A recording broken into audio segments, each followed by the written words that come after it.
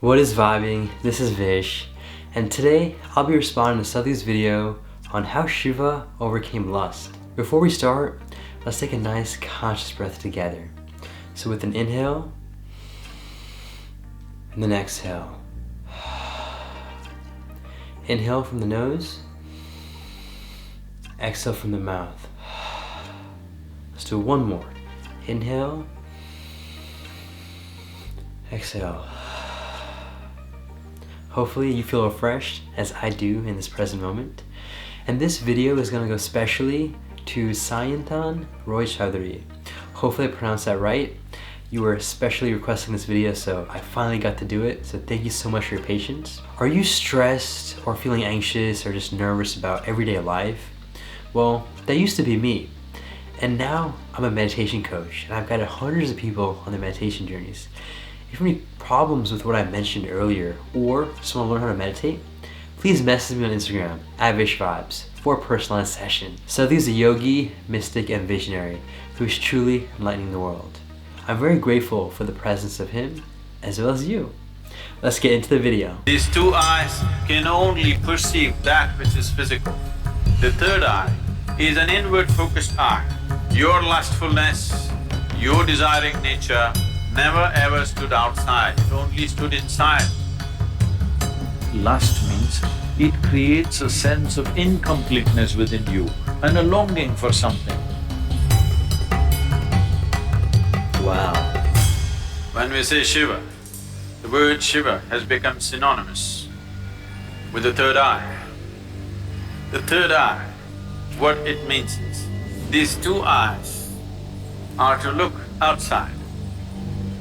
These two eyes are capable of showing you the physicality of the existence. These two eyes can only perceive that which is physical. The third eye is an inward focused eye. It's not going to open up upon your forehead. The third eye is an inward looking eye. But you have heard stories, Shiva opened his eyes and he burnt kama. In India, there is a god of love and lust called Kama.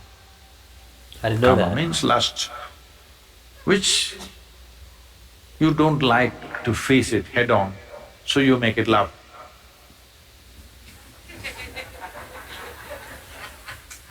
Because you need some aesthetic to it.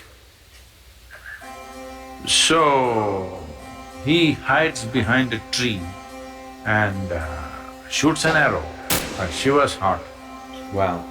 Tuck, it hits him and Shiva gets a little disturbed. Then he sees it's Kama. That is, it's his own lust coming up. Then he opened up his third eye, a fiery eye, and burnt Kama. He was hiding behind a tree, but he was burnt into ashes. Then Shiva took the ashes of this burnt Kama and smeared himself. That I have put these things to rest for good. That is the general story told to the people. But you tell me, your lust arises within you or behind the tree? No, you may go behind the tree, that's another matter.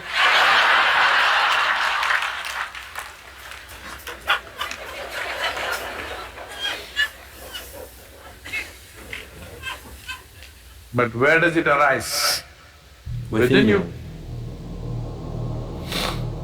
Desire is not hanging outside. It is not because a beautiful woman or a beautiful man is sitting there, your desire comes. Because the desire, the karma is within you. So he opened his third eye and burned the karma within himself, not the one who is standing outside.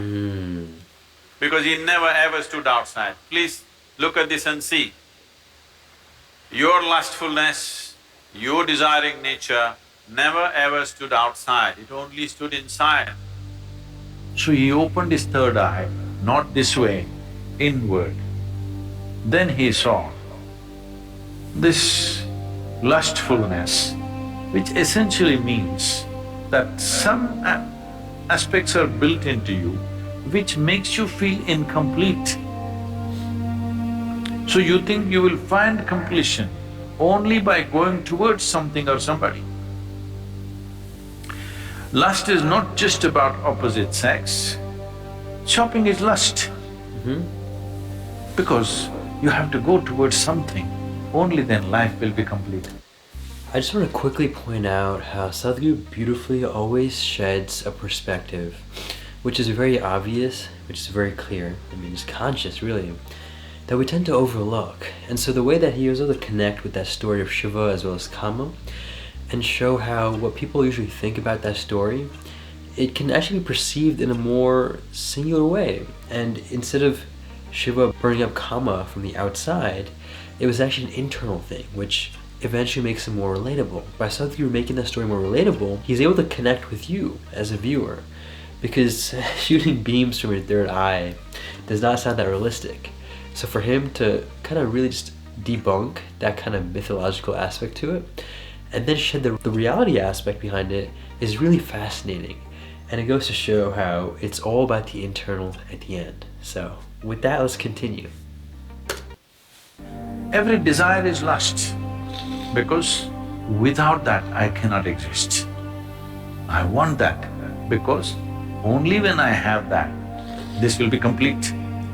It may be a thing, it may be a position, it may be power, it may be sexuality, it doesn't matter what it is.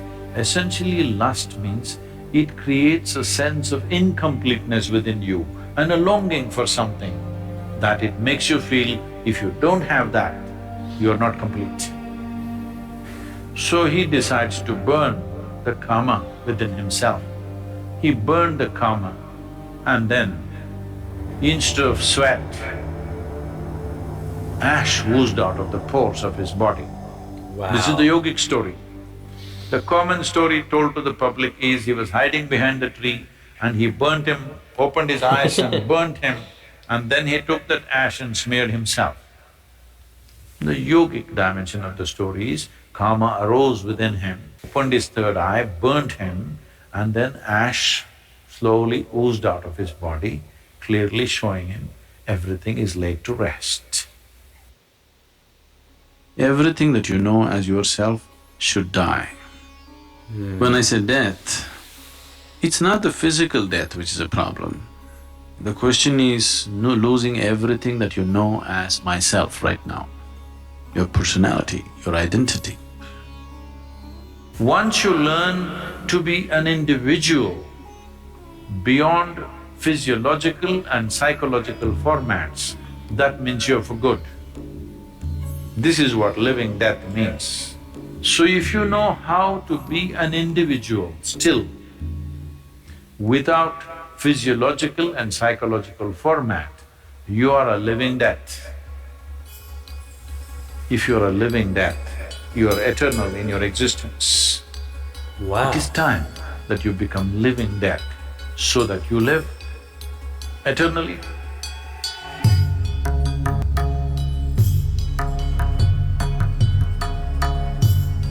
But there's a certain dimension of consciousness which can go beyond time. Yama came to claim his life. Markandeya, who knew the ways of life, just did one simple act. They say he continued to live as a 15-year-old because he came in touch with that dimension of consciousness which we refer to as Kala Bhairava. Before we get to the reaction, let's start with a conscious breath. In from the nose, out from the mouth. Just another yet beautiful video by Sadhguru. Truly grateful for the presence that he has and all the light that he sheds upon us. He was able to beautifully depict the yogic perspective on the story between Shiva and Kama. And the way he projected it, really just with vivid light, was very beautiful and really just enlightening. It goes to show how he made Shiva connect with us. As he says Shiva, literally when broken down, Shi and Va literally translates to that which is not. There couldn't have been another perfect word to describe consciousness. Because consciousness is literally that which is not. That which is not material. Material being thoughts, feelings, emotions, physical stuff, obviously. So that which is not. Spaciousness, consciousness. All very similar terms. I love how this very much connects with Eckhart Tolle and him talking about the dying of the ego. So towards the end, when Sadhguru was talking about how you must die first, that is not the physical death, but it's the egoic death, as Eckhart Tolle refers to it. It's really just the identification, the attachment that is present to the mind, to the emotions, to the body, any sort of attachment really. And that attachment is what leads to an identification. So when something happens to the mind or happens to the emotions or body, the reason we get so hurt is because we're attached, we're identified. It's almost like we are that. And the true realization is that you are not any of those things. Now, who are you, you might ask? Well, that is a question I will leave to you all to explore. Just very grateful for this video, and again, thank you so much for the suggestion, Sayanthan. It really was a very enlightening video, and I didn't know this story about Shiva. And so, really, at the end, it's all about detaching, letting go of the identification that we have to the body, to the psychological mind, the emotions, and so on, and you will be free. As he says, you will literally live on forever. For consciousness or spaciousness is always there. I had this beautiful realization recently, which I learned from Eckhart Tolle, which is really just realizing how almost 99.9% of this itself, or even you, or even this screen that you're watching, is actually space. Within an atom too, with regards to the electron and proton and neutron that's present, most of it is actually space. So if you were to compare yourself to a tree, you are literally 99.9% the same, literally. And so when you connect to that deeper dimension of life, that's what he means by living death. You have truly transcended time and the physical limits. Thank you so much for watching and taking this time. Make it a great day, take it joyful, and stay conscious.